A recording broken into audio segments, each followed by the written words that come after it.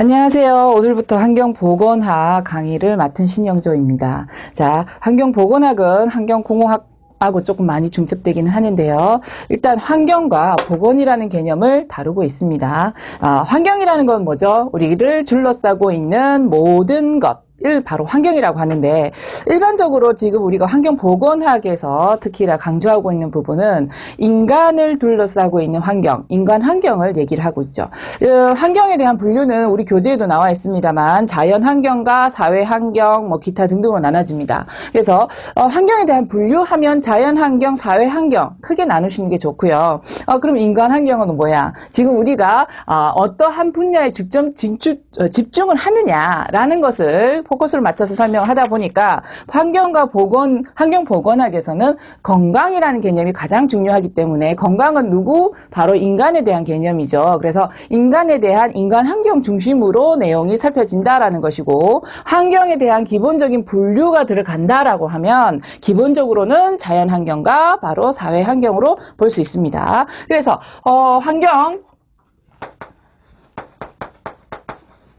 자연 환경, 그리고 사회환경이라고 나눠지는데, 자연환경에 속하는 부분 같은 경우에는 이제 공기, 물, 토양, 그리고 빛, 그다음에 주위를 둘러싸고 있는 소리, 진동, 이러한 것들 각각의 이게 어떠한 물리적인 또는 물리화학적인 이러한 개념이 들어가겠죠. 그래서 이렇게 우리를 둘러싸고 있던 어떠한 물질, 에너지 이러한 개념의 물리적인 환경이 있고요. 그 다음에 나오는 것이 이제 박테리아라든가 동식물이라든가 이러한 개념이 나오는, 이제 또 보건학에서는 주로 해충 해가지고 위생곤충이라는 개념으로 나오게 되죠. 그래서 이러한 각종 생명체들을 다루게 됐는데, 이러한 것을 굳이 나누자면 바로 물리화학적인 환경과 그 다음에 생물학적인 환경으로 나눌 수가 있습니다. 그래서 우리를 둘러싸고 있는 일반적인 환경이란 개념이 바로 이러한 자연 환경을 의미하는구나 라는 걸 알 수가 있고요. 그 다음으로 나오는 것이 아까 사회 환경이라 그랬죠. 사회 환경이라는 것은 바로 우리를 둘러싸고 있는 그 경제적인 것, 사회적인 것, 그다음에 우리 생활적인 교육, 문화 이러한 것들, 이 전부 이제 사회적 환경의 대표적인 것이라고 할 수 있는데, 지금 제가 언급하고 있는 것은 문화적 환경이에요. 그래서 문화적 환경으로서 우리가 생각을 사상이 어떻게 이끌어가는가. 그래서 교육이 어떻다, 문화가 어떻다, 종교가 어떻다, 이렇게 크게 들어갈 수가 있죠. 그리고 또 정치적으로는 어떻고 경제 상황으로는 어떠한 정신적인 영향을 미치는가, 이러한 것을 다루는 것이 바로 문화적 환경이고요. 그 외에 사회적 환경이라고 한다면 어디까지 우리가 확대를 하느냐면 의식주 생활을까지 사회적인 환경으로 확대를 하고 있습니다. 그래서 의식주 생활 같은 경우에는 주로 인위적인 환경이라고 표현을 하고 있죠. 그래서 인위적인 환경은 주로 의식주다. 즉 주택이라든가 아니면은 먹는 것, 그다음에 입는 것, 그리고 기타 우리가 산업시설에서 이제 노동하는 것, 이러한 것까지 모두 다 포함하는 것을 사회적 환경이다라고 해서 환경에 대한 분류는 크게 자연적인 환경과 사회적인 환경으로서 이렇게 분류가 되고 있고, 각각의 자연적 환경과 사회적 환경의 특징이 가려집니다. 자, 그런데 우리가 지금 어디에서 들어갔죠? 환경이란 개념이었죠. 그런데 환경보건학에서는 이러한 환경들을 무엇에 포커스를 맞춰서 관점을 우리가 살펴보고 있다? 바로 인간의 건강, 그래서 인간 환경에 대한 개념으로서 포커스를 맞춰줘서 우리가 관찰을 하고 이해를 하고 파악을 하고 통제를 합니다. 자, 그러면 인간 환경에 대해서 건강이다라는 개념을 했던 것이 바로 뒤에 나오는 보건이라는 개념인데요. 보건의 의미가 뭐죠? 보건은 사람의 건강을 유지하거나 증진시키기 위해서, 또는 건강한 생활을 확립하기 위해서 이러한 이제 노력을 하거나 통제하는 것을 모두 통칭하는 것을 바로 보건이라고 합니다. 그러니까 건강한 생활, 건강을 유지하기 위해 제어하고 그다음에 지원해주고 노력하는 것, 이것이 전부 보건이죠. 그러니까 건강이 가장 큰 포커스예요. 자, 그런데 우리가 건강이라고 하면은 딱 떠오르는 것이 뭐죠? 바로 의료죠. 의학입니다. 의학은 뭐다? 바로 의학은 의학 같은 경우에는 우리 건강에 있었을 때 어떠한 질병이 들어왔으면 그 질병에 대해서 이해를 하고 또는 상해를 입었다거나 아니면 어떠한 그러니까 질환이라든지 상해에 입었을 때 이것에 대해서 이해를 하고 이것을 치료로 하는 것을 목적으로 하는 것이 바로 의학입니다. 그래서 이 질병의 근원은 뭐다. 이 질병을 억제하기 위해서 또는 낫게 하기 위해서 치료하기 위해서라는 것을 어떠한 행위를 하는 것, 약제를 투여하는 것 이러한 쪽으로 중점적으로 발달된 것이 바로 의학이죠. 그러면 우리가 보건이라고 하는 것은 어떠한 개념으로 이 의학, 건강이라고 했는데 건강이라는 개념과 더불어서 이 의학과 어떻게 구분이 되는가죠. 의학도 우리가 건강하기 위해서 치료하는 것이죠. 근데 여기는 주로 질병이 났을 때 거기에 대한 제어가 들어간다라면 보건이라는 개념은 뭐냐면 바로 그냥 인간 생활이에요. 그래서 건강을 도와주기 위해서 건강한 생활, 건강하기 위한 이러한 생활 확립이 주로 건강 생활 확립이 주 목적이라고 볼 수가 있죠.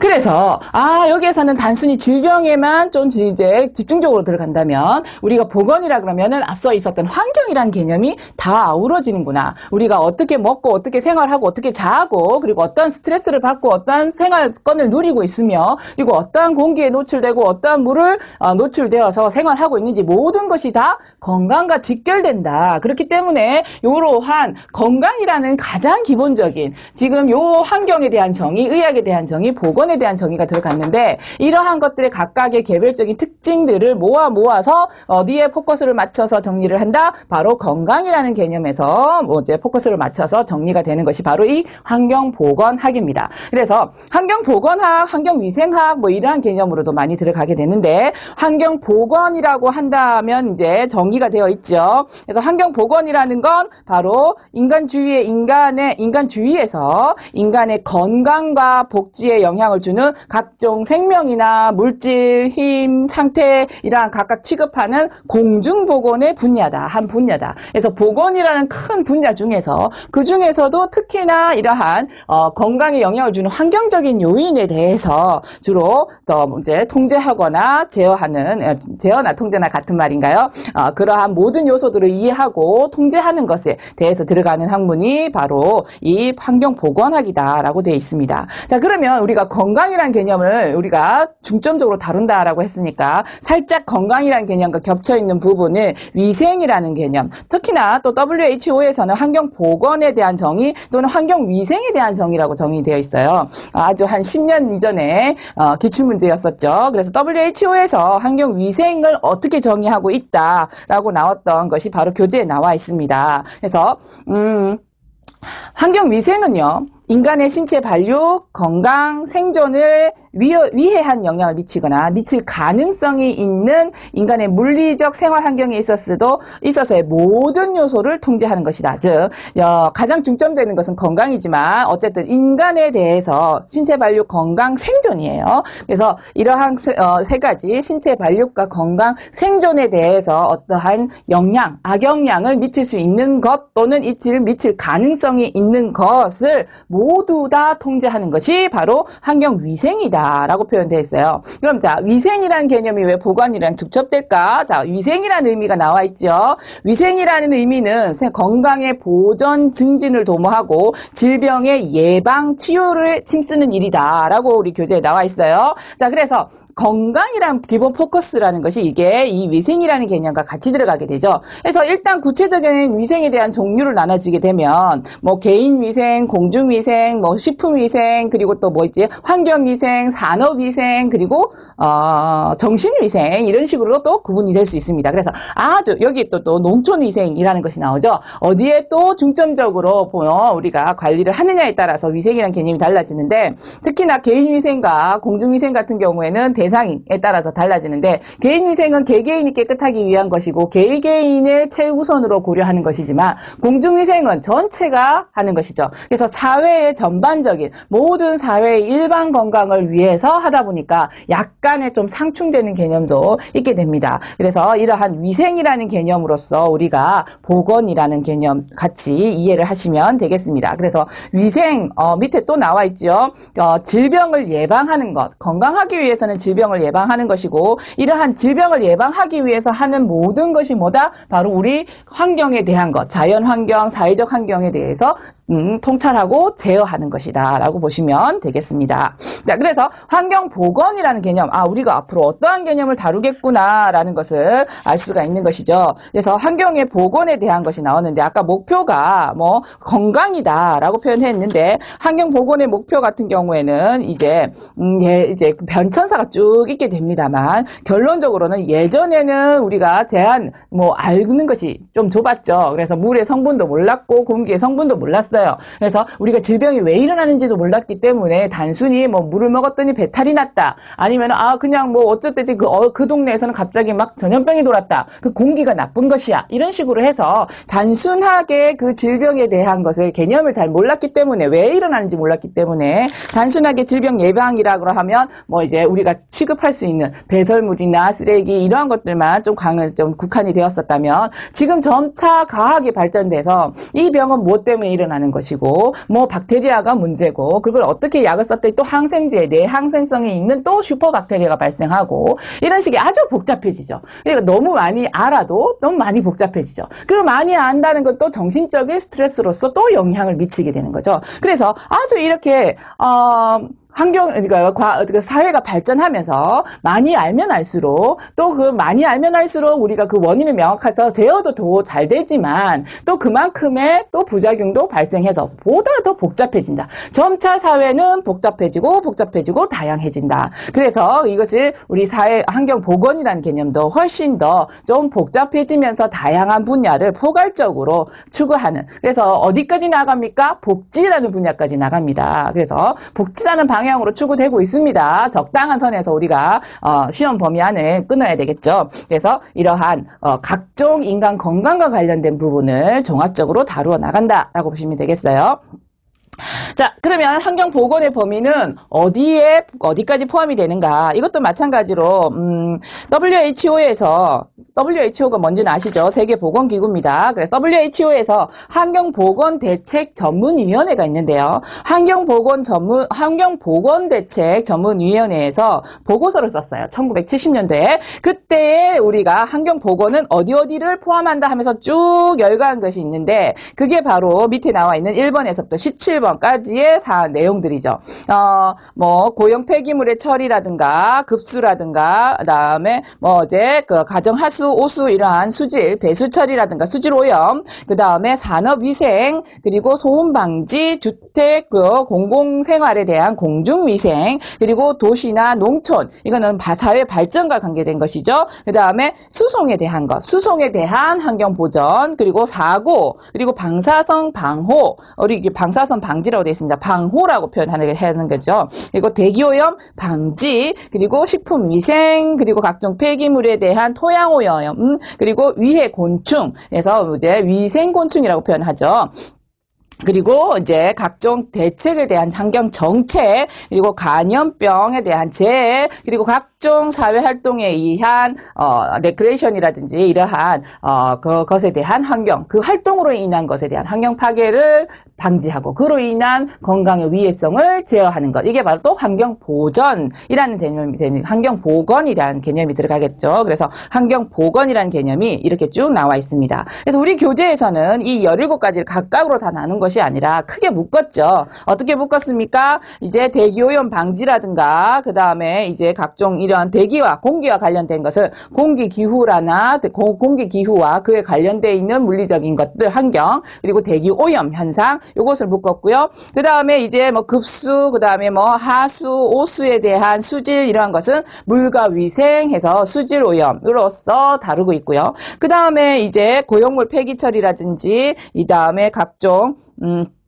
생활과 관련되어 있는 것들, 의식주 위생 해서 식품 위생, 폐기물에 의한 토양 오염 이러한 것까지 다 묶어서 의식주 위생으로 묶었어요. 의식주 위생으로 묶고 그 다음에 이제 산업재해라든가 소음 방지, 농촌 사회 발전, 수송, 사고, 방사선 방호 이러한 것들, 사회 보건과 사회 보장 이러한 개념으로 묶고 그 다음에 이제 질병이죠. 감염병이라든가 이러한 인구 이동에 관한 조치, 그리고 각종 인간의 활동에 의한 그러한 생활에서의 환경 보건 이러한 것까지 묶어서 역학이라 질병 예방 이러한 쪽으로서 묶어서 들어가게 되겠습니다. 자, 그래서 우리가 지금 어떠한 분야를 어떻게 포커스를 맞춰서 들어가겠다라는 개념이 확실히 섰으면 이제부터는 이제 인간과 환경에 대한 직접적인 관계를 이해를 하고 거기에서 어떠한 장애 요인이 작용하는가 간단하게 살펴볼 거예요.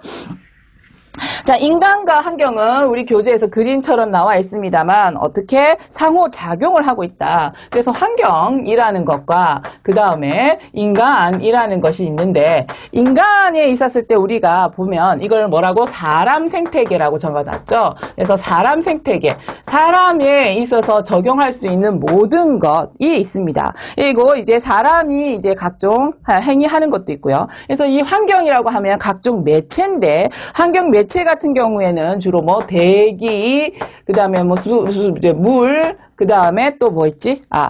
토양. 이제 우리가 식품 이러한 것들도 전부 우리가 둘러싸고 있는 영향을 받을 수 있는 환경이라는 개념이 되죠. 그래서 환경이라는 개념과 인간의 사람 생태계라는 개념이 있어서 서로 상호작용을 받게 되는데 이렇게 주고받게 되는데 우리가 환경에다가 인간의 활동에 의해서 주는 것이 주로 뭐 환경 오염 물질입니다. 그래서 환경 오염.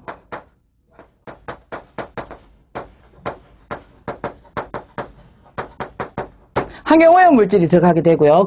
이 환경오염 물질을 줘서 환경이 바뀌게 되죠. 이러한 각종 환경 매체들의 물리적인 또는 화학적인 생물학적인 특징이 바뀌게 되면 우리가 익숙하지 않은 곳에 노출되면 뭐가 된다? 익숙하지 않았기 때문에 우리가 대체를 못해요. 대체를 못하기 때문에 그에 대한 어떠한 반응을 제대로 못하죠. 그렇기 때문에 그거를 뭘로 나타난다? 바로 질병으로 나타나게 됩니다. 그래서 각종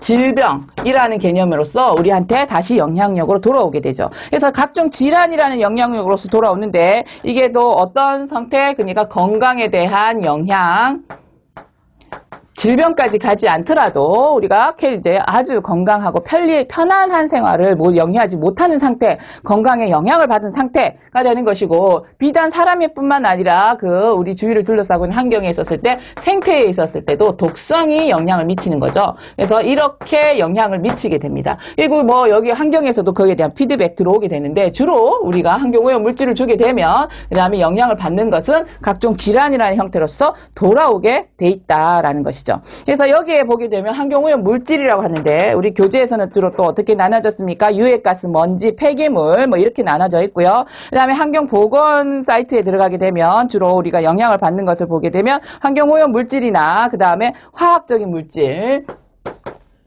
화학물질, 각종 뭐 전파, 전자기파 이러한 것들, 그다음에 에너지죠. 에너지에는 뭐가 있습니까? 바로 소리. 그래서 소음, 진동, 전부 에너지의 전달이라 그랬죠. 그리고 각종 전자기파, 대표적인 것이 방사선, 이러한 것들이 우리한테 영향을 미치는 에너지 형태로 오는 그러한 것입니다. 물론 알파선, 베타선 같은 경우에는 이제 물질이 직접 중성자, 양성자가 튀어나온 물질, 실제 파가 되겠습니다만 어쨌든 이러한 에너지 형태, 물질이나 에너지의 형태로서 우리가 이것을 오염 물질을 자연 상태에 보내주게 되고 그것이 우리한테 오는 것은 각종 질환이라는 개념으로 들어오게 되는 것이죠. 그래서 각종 질환이다라는 개념으로 우리가 정리가 되겠습니다. 그러면 우리가 여기에서 이 환경오염 물질을 이쪽으로 많이 치우쳐져 가지고 오염 물질에 대한 통제가 들어간다. 이게 뭐죠? 바로 공학이에요. 환경공학이고요. 그 다음에 이걸 갖다 질환 쪽에 많이 치우쳐서 내려가게 되면 어떻게 됩니까? 질병에 대한 것을 제어하는 것이다. 이것이 바로 의학이 되는 거예요. 그래서 환경보건은 어디 쪽이다? 바로 이 중간이에요. 환경공학과 의학, 요 사이에서 전반적으로 주고받는 영향에 대해서 건강에 포커스를 맞춰서 어떻게 제어를 하는가가 들어가는 것이 바로 환경의 복원이다. 환경과 인간의 관계에서 나타나죠. 자, 우리 인간의 건강 상태 같은 경우에는 혼자서는 안 돼요. 항상 사람인 서로 기대서 살죠. 그래서 그러다 보니까 각종 외부 환경에 대한 영향을 상당히 많이 받고요. 외부 환경뿐만 아니라 개별적으로 자기 자체 내에서의 그 내부의 건강 상태, 이걸 생체 내부 상태라고 표현을 했죠. 이러한 것이 상호작용에 따라서 똑같은 영향을 받아도 서로 다르게 나타나게 됩니다. 똑같이 아침 밥상을 차려줘도 그것을 골고루 다 먹는 사람이 있고 하나만 먹는 사람이 있죠. 그래서 그 사람이 똑같은 밥상을 받아도 꼭 똑같은 자연에 노출되어도 그것이 안에서에 들어오는 것, 그 사람이 행동과 여러 가지 습성에 따라서 다르게 들어오게 되고 다른 영향으로서 다시 발현이 되는 것, 이것이 복합적인 관계로서 우리가 이해를 해야 되는 그 상호작용이 되겠습니다. 자, 그러면 이제 크게 우리가 이게 환경에 이제 오염이 되면, 환경 장애가 되면, 환경 매체가 이제 원래 정상 상태가 되지 않으면 문제가 된다라고 했는데, 그때 일어나는 요인들을 보면 물리, 화학, 생물학적 요인으로 나눠지고요. 거기에 플러스 뭐죠? 사람은 생각을 해야죠. 그러니까 정신적인 영향에 대해서 또 우리가 다뤄지게 됩니다. 그래서 정신적인 영향에 대해서 나눠지는 것을 살펴보게 되면, 정신적인 요인부터 먼저 제가 설명을 해야 되네요. 정신적인 요인을 살펴보게 되면 먼저 사회적이거나 심리적인 것인데, 특히나 사람 같은 경우에는 특히 이제 정신에 대한 영향을 많이 받고요. 그리고 이 정신의 특성을 형성하는 것은 그 사람이 속하고 있는 환경, 사회 환경이다라는 것이고, 이제 그것이 똑같은 스트레스를 받았을 때 서로 개별적으로 다르게 나타나는 것은 그 사람의 유전적인 요인이 자극에 대해서 반응하는 것에 따라 다르게 나타난다라고 표현을 하고 있죠. 특히나 또 사회적, 심리적인 요인이 중요하게 부각되고 있는 것은 어떻게 됩니까? 바로 우리가 점점 복잡해지고 다양해지고 고도로 발전하고 있기 때문이다. 즉 경제 성장과 도시화 그리고 인구 증가, 이러한 것의 개념으로서 우리가 보다 더 아주 복잡한 사회, 정신적인 그 생활을 영위해야 되기 때문에 이러한 사회적, 심리적인 요인이 환경 복원, 즉 사람의 건강에 미치는 비중이 점점 커지고 있다라고 보시면 되겠습니다. 그래서 이렇게 특별히 이게 특히 뭐 또 우리가 나타나는 특징을 보게 되면은요. 저밀도 지역에 비해서 고밀도 사회에서 정신질환의 발병 빈도가 상당히 높다. 이건 뭐죠? 바로 사회가 복잡해질수록, 도시화가 되어 갈수록, 고도화가 되어 갈수록, 이 서로의 사회적인 관계가 중요해질수록 이러한 정신적인 스트레스에 대한 질환이 발병이 높기 때문에 이것도 건강을 위해하는 것이죠. 그래서 건강을 위해한다는 것을 제어한다라는 개념으로 들어가겠습니다. 따라서 이제 점차 중요해지고 있는데요. 그 외에 이제 그 물리, 화학, 생물학적 요인이 있으면 뭐 이왕 밑에서부터 들어왔으니까 다음에 물리학적 요인을 살펴볼까요? 물리학적 요인 같은 경우에는 우리가 노출되는 각종, 아까 물리적인 개념이 뭐였었죠? 물질이나 에너지였어요. 물질이나 에너지인데 에너지, 노출되는 거, 온도, 습도, 이러한 것들은 주로 우리가 노출되어서 살고 있는 환경에 대한 조건이죠. 그랬을 때 인체의 온도에 따라 추운 곳에서의 대사량, 또 온도가 높은 곳에서의 대사량, 산소 소비량, 그다음에 호흡박, 호흡수에 따라서 산소 소비량 달라지게 되고요. 그다음에 혈압이라든지 심박수라든지 이러한 것들이 이제 온도나 습도의 영향을 받아서 변하게 됩니다. 사람은 심장이 뛰어야 살아요. 호흡을 해야 살 수 있습니다. 사람이 물을 못 먹으면은 약 5일을 버틸 수 있다 그러죠. 그런데 우리가 물속에 빠져서 사람이 사망하게 되기까지는 채 5분이 안 걸려요. 그래서 4분인가 들었습니다. 그래서 4분 동안 산소가 공급되지 못하면 뇌가 기능 이상이 있게 되고, 그리고 나면은 이제 목숨이 위험이 되는 것이죠. 그래서 그만큼 이제 호흡이라든가 이런 것이 중요하고요. 또 심장은 바로 정지하면 그냥 그대로 사망입니다. 그렇죠? 그래서 이러한 심장과 호흡이라는 것이 상당히 건강에 중요한 영향을 미치게 되는데, 이게 영향력을 또 많이 주는 것이 바로 온도, 습도라는 것이죠. 우리 교재에 동상 참호적 열증증 이렇게 나와 있는데, 우리 이제 환경보건에서는 이러한 질병이 좀 나오게 됩니다. 자, 동상은 다 알지요? 아주 차가운 곳에 노출되어서 우리의 신체 조직이 동결이 되어서 손상이 되는 것, 이것이 바로 동상입니다. 주로 손발과 같은 말초 혈관 단계가 분포하고 있는 이러한 말단 조직에서 주로 일어나게 되죠. 마찬가지로 말단 조직에서 잘 일어나는데 참호족 어디에서? 발에서 잘 일어나요. 참호족은요 동상과 달리 동상처럼 차가운 곳에, 그래서 찬 곳이라 하면 환경오염 공정시험법에서 15도씨 이하 정의된 거 기억나시죠? 그래서 이 찬 곳에서 오랫동안 노출된데 특히나 차면서도 습한 곳, 그래서 차가운 물 속에 오랫동안 발을 담그고 있을 때 나타나는 현상과 똑같다라고 해서 참호족인데, 왜 또 참호족이죠? 2차 대전 때 군인들이 그 추운 겨울에 참호에 앉아가지고 이게 그 군화를 신고 계속 앉아있는데 땀이 배출이 안 돼요. 근데 날은 춥고 땀은 배출 안 되니까 양말은 계속 젖어 있고, 그러니까 아주 찬물에 계속 발을 담그고 있는 현상과 같은 것처럼 나타났다. 그게 바로 참호족이에요. 그러니까 결론적으로 우리 차가운 물에 발 오랫동안 담가 보세요. 발이 그냥 쭈글쭈글해지죠. 표면이 아주 쭈글쭈글 주름 잡히면서 이것이 아주 찬 곳에 노출되면은 우리가 혈액순환이 되지 않아요. 그래서 우리 몸에서의 순환이 일어나지 않는데, 혈액순환이 일어나지 않으면 혈관이 수축되고, 혈관이 수축되니까 이제 발그레한 기운이 줄어들죠. 창백해져요. 그래서 주로 주름이 잡혀지면서 창백하게 변하는 현상이 바로 참호족입니다. 주로 차가운 곳에 오랫동안, 그것도 차가운 물 속에 오랫동안 노출되었을 때 일어나는 질병이 바로 이러한 참호족이고요. 이건 아주 저온에 노출된 게 동상 참호족이고, 그 다음에 열증증은 뭐죠? 고온에 나타난 거예요. 우리가 쉽게 알 수 있는 거, 열증증 중에 하나가 바로 일사병, 열사병 이러한 것이죠. 그래서 열중증은요 습도가 높은 곳에서 특히나 우리가 잘 일어나기 쉽습니다. 그래서 고온 환경에 우리가 체온을 조절하기 위해서는 땀을 배출을 해야 되는데, 이게 습도가 높으면서 이게 땀이 이게 증발이 되지 못하죠. 증발이 되지 못하니까 수분은 굉장히 열 함유량이 높아가지고 이 상태 변화를 할 때 에너지를 굉장히 많이 뺏어가거나 냈는데, 이 열이 액체에서 기체로 땀이 기화돼서 날아가야 우리 몸에 있는 체온을 발산을 시켜서 우리 체온이 이제 일정한 데 온도가 되는데, 몸은 열이 높아서 땀이 나야 되는데 땀이 날아가질 않아요. 그러면 몸이 식혀지지가 않죠. 그럼 온도가 계속 올라가는 거예요. 체온이 계속 올라가서 어느까지 올라간다? 40도씨 이상 올라가게 되면 우리가 그때는 급성 열사병이라고 표현을 하죠. 그래서 이러한 열증증, 이렇게 체온 조절이 일어나지 않아가지고 주로 이렇게 일어나는 현상들인데, 주로 어떻게 됩니까? 급격하게 혈압이 저하된다라든가, 그다음에 땀을 너무 많이 내게 되면은 염분이나 또는 이제 수분이 소실되어서 우리 몸에는 또 전해질 수분 균형이 맞아야 돼요. 균형이 맞아야 되는데 그게 너무 많이 소실돼서 보충되지 않으면 탈진으로 인해 갖고, 탈수로 인해서 사람이 또 다 급성 경련이 일어나요.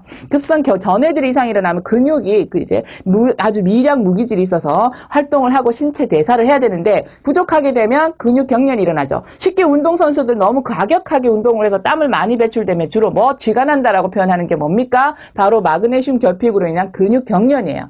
그런 것처럼 우리가 열증증에 걸리게 되면 땀을 많이 흘리게 되고, 그로 인해서 굉장히 염분 소실이 많다, 수분 소실이 많다. 그래서 수분 소실에 의한 근육 경련이라는 것들이 발생하게 됩니다. 그래서 이러한 근육 경련이 일어나게 되니까 우리 몸에서의 어떠한 기관이 활동을 못해요. 그렇기 때문에 갑자기 사람이 사망할 수가 있는 거죠. 심장쇠약에 의한 열혈탈 이런 것으로 인해서 갑자기 사망까지도 가능한 것이 바로 열증증, 열사병, 급성일 경우 열사병이고요. 이렇게 만성일 경우는 점차 온도가 고온이 올라가니까 주로 열에 의한 에너지 소모, 탈진 이러한 것들로서 나타나게 됩니다. 주로 이제 열증증이라고 한다면 이제 열에 가까이 있는 광부라든가 화부라든가 제철공 이러한 사람들의 직업병으로도 분류가 되고 있는 게 바로 열증증이죠.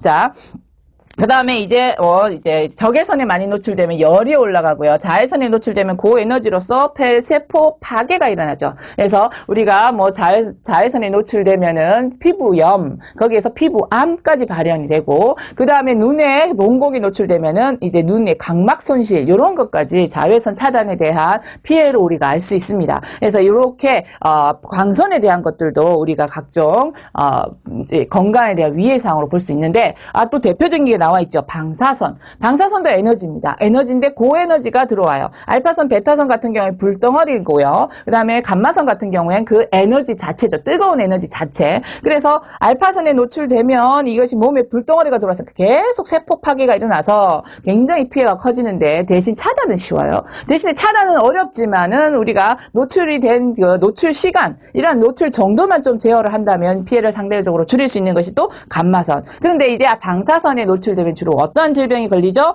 바로 백혈병이죠. 급성 골수성 백혈병이나 급성 림프절인가요? 림프절 백혈병 같은 경우에는 우리가 혈액암으로 분류가 되고 있어요. 그래서 이렇게 암으로 발전할 수 있다. 그러니까 물리적인 요인, 햇빛, 에너지, 우리 그냥 맨날 노출되는 것이야 라고 무시를 해서 끝나는 것이 아니라 이렇게 우리의 건강에도 상당한 영향력을 미칠 수 있다는 걸 알 수가 있습니다. 자, 그리고 우리 소음진동, 환경공학에서 다루고 있는 소음진동, 이건 에너지다라는 개념으로 들어가죠. 그래서 에너지가 전달되는데 이것이 우리의 신체 기관을 파손해요. 뭡니까? C5D 편상. 그래서 우리 뇌의 코르티 기관을 파손하는 거, 아주 고온의 고에너지의 소음에 노출이 되면 이러한 기관이 파손된다. 그랬을 때 우리 이거 기관 파손된다. 뭐 건강에 직결되는 것이죠. 그러니까 환경보건에서 중점적으로 다루고 있는 것이고요. 그 외에 또 진동은 레이노시 현상 같은 이러한 우리의 각종 질환을 유발하는 것으로 작용을 합니다. 그래서 물리적인 요인도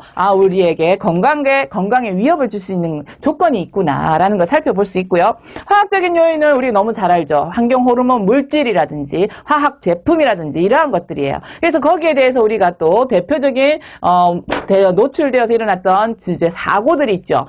수은에 노출이죠. 수은 중독에 의한 것이 미나나타병이고, 그 다음에 카드뮴에 노출되어서 중독이 되면 이따의 병. 그 다음에 또 뭡니까? 환경 호르몬의 대표적인 PCB가 기름에 노출되어서 일어났던 카네미오 사건. 이러한 것들 모두가 화학 물질이 노출되어서 그것이 다시 또 우리 인류에게 건강에 위해를 주는 사건으로 돌아오는 것들입니다. 그래서 이러한 것들, 물질들, 화학 물질에 의한 것, 이게 독성으로 작용하는 것, 이러한 것들이 점차 사회 과학이 발전이 되면서 우리가 알지 못하는 그 각종 물질들도 서로 상호작용을 하면서 반응을 해서 원치 않는 물질이 발생할 수 있죠.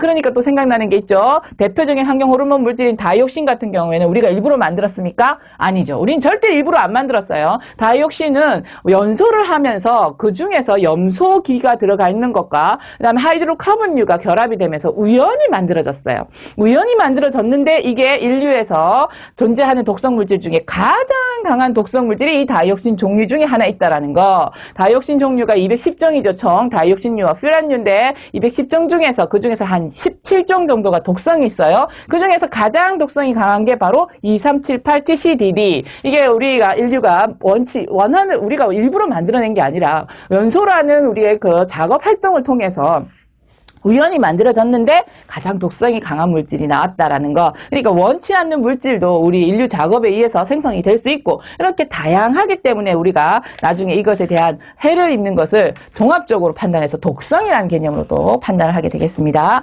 마지막 남은 것이 이제 생물학적 요인이죠. 자, 생물학적 요인 같은 경우에는 동물과 그 다음에 위생 곤충이라고 표현하죠. 질병을 일으킬 수 있는 것, 우리가 해충이라고 주로 표현합니다. 모기, 진드기 이러한 것들, 파리까지 이러한 것들이 위생 곤충들 있게 되고요. 그 외에 질병을 직접적으로 일으키는 미생물, 바이러스, 그 다음에 박테리아 이러한 것들이 주로 이제 생물학적 요인으로서 직접적인 우리의 건강에 위해를 주는 요인이다라고 볼 수가 있겠습니다. 자, 그래서 지금까지 인간과 환경에 대한 것, 환경 보건에 대한 개념을 살펴보았습니다.